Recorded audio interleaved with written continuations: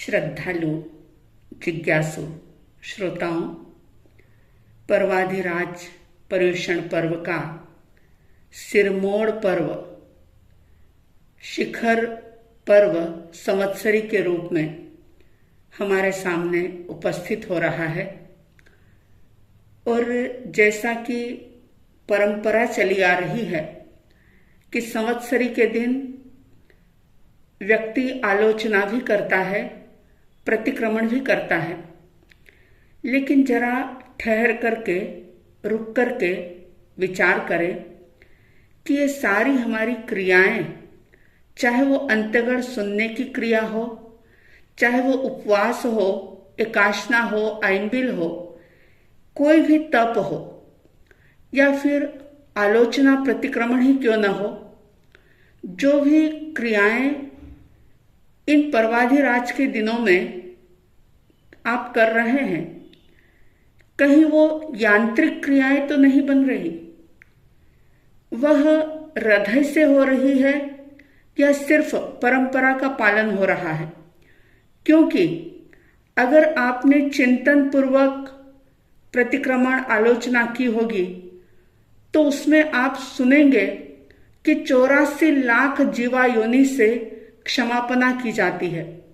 84 लाख जीवा योनि का मतलब हो गया कि समस्त संसार में जितने भी जीव हैं लगभग सबसे क्षमा याचना हो गई। लेकिन कहीं अपनी स्थिति ऐसी तो नहीं कि बाहर में बहुत कुछ कर लिया, बहुत लोगों को भोजन करवा दिया और हम स्वयं भूखे रह गए।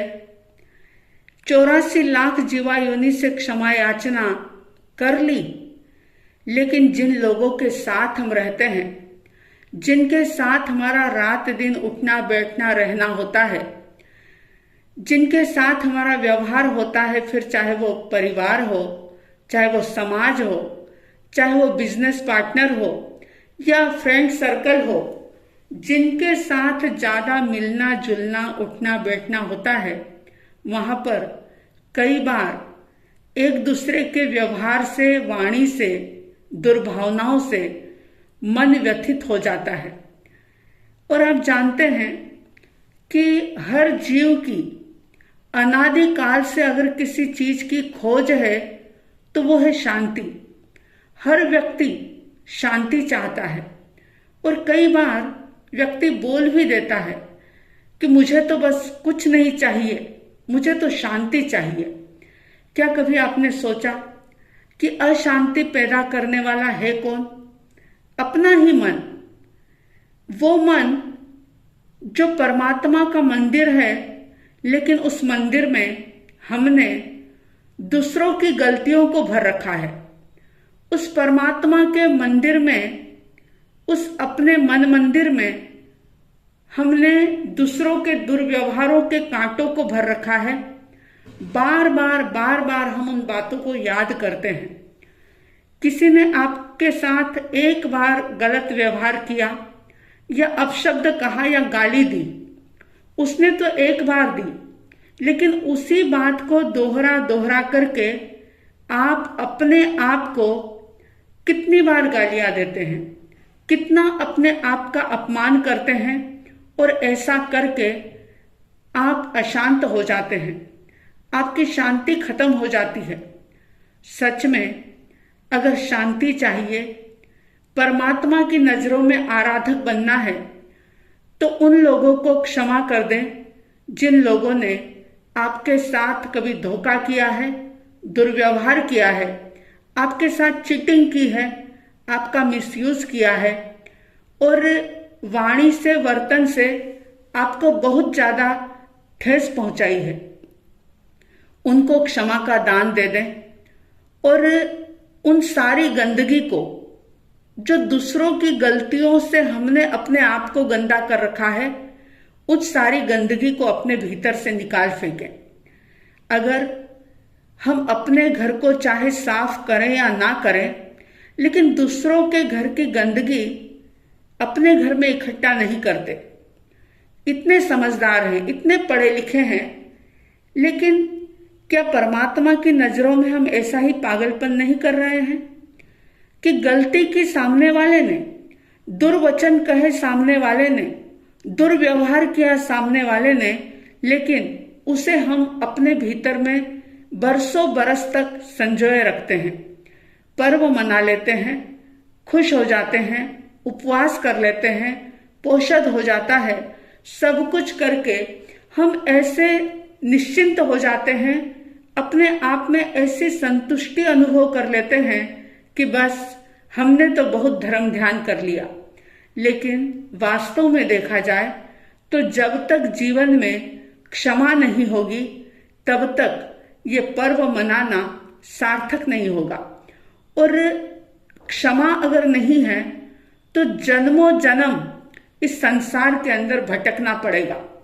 जरा सोचो, अगर इस जीवन में किसी का दुर्व्यवहार सहा नहीं जाता, किसी की एक गलती भी हमसे बर्दाश्त नहीं होती, हमारी शान के खिलाफ कोई एक शब्द भी कह दे तो हमें चुभ जाता है, और कल्पना में ही अगर पता लग जाए कि सामने वाला व्यक्ति मेरी निंदा कर रहा है तो उसके प्रति भी हमारे मन में वेर का भाव जन्म ले लेता है, गांठें बंध जाती है, उस व्यक्ति को हम जज करने लग जाते हैं।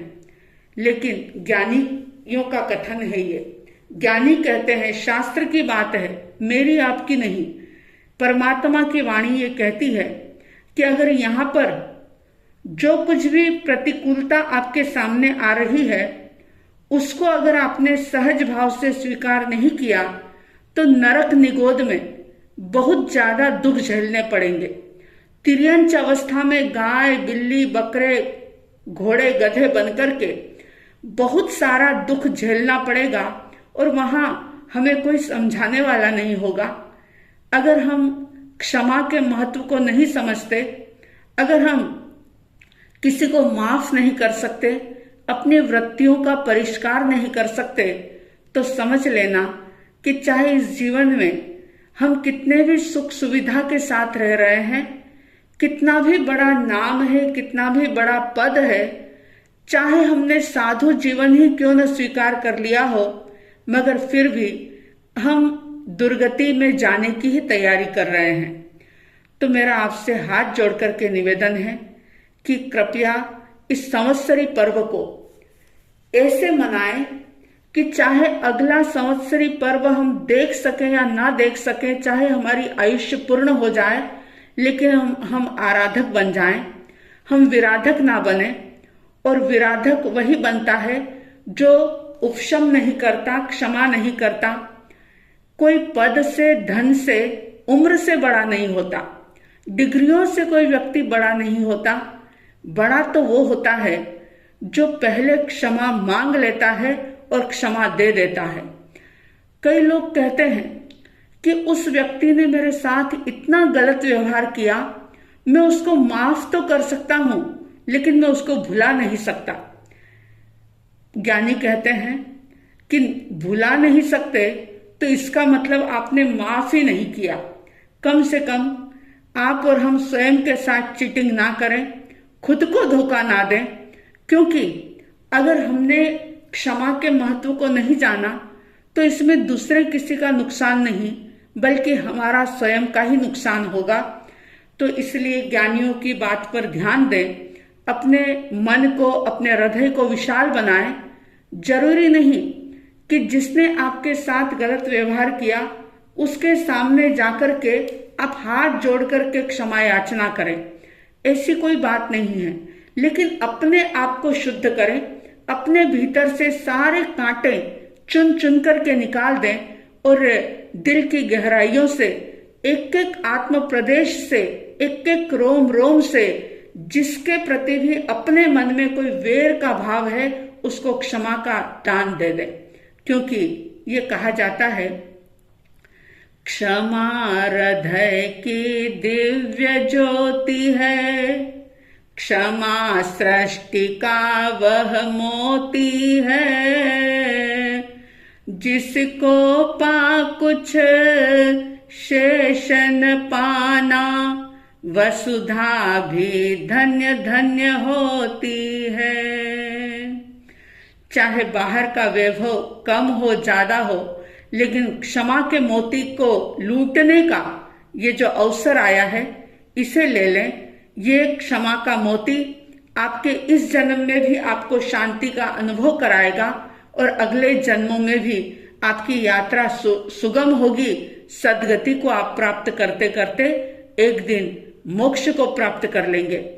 तो आप सबके भीतर में क्षमा का भाव जागे, खामे में खमंतु में का भाव जागे, सबको क्षमा का दान दें आप, ऐसी मंगलमय भावनाओं के साथ। जय प्रभु महावीर, जय गुरु आनंद।